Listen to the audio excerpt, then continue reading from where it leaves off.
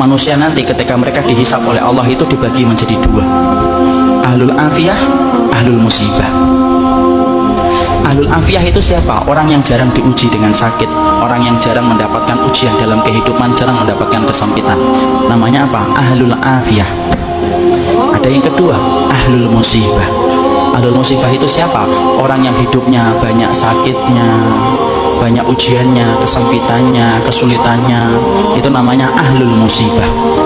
Ya, ketika mereka dihisab oleh Allah Subhanahu wa taala, Allah kemudian menyampaikan bagi dua, ahlul afiyah dengan ahlul musibah. Kemudian Allah berfirman, "Usub." Hisab itu ahlul afiyah, ahlul musibah dulu. Ahlul musibah kemudian dihisab oleh Allah lebih dulu. Para malaikat menghitung satu persatu perbuatannya dan menghitung bagaimana ujian yang dia rasakan dalam hidup ketika bersabar.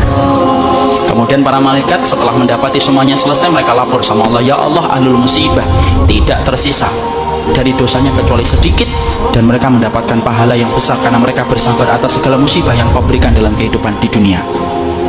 Antum tahu? Allah kemudian berfirman, "Utuhum salasan." Kasih mereka tiga perkara: khairan, manzilah, dan afiyah. Khairan, beri mereka kebaikan. Kebaikan kalau di akhirat apa? Surga. Beri mereka yang kedua, manzilah. Manzilah itu apa? Tempat yang paling tinggi di surga.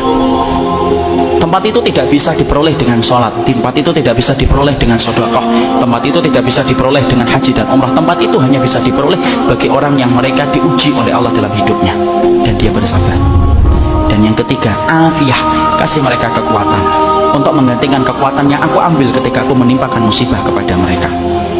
Maka ketika mereka dinaikkan ke tempat yang tinggi, ahlul afiyah, sebelum dihisab mereka mendongakkan kepala begini, saking tingginya mereka.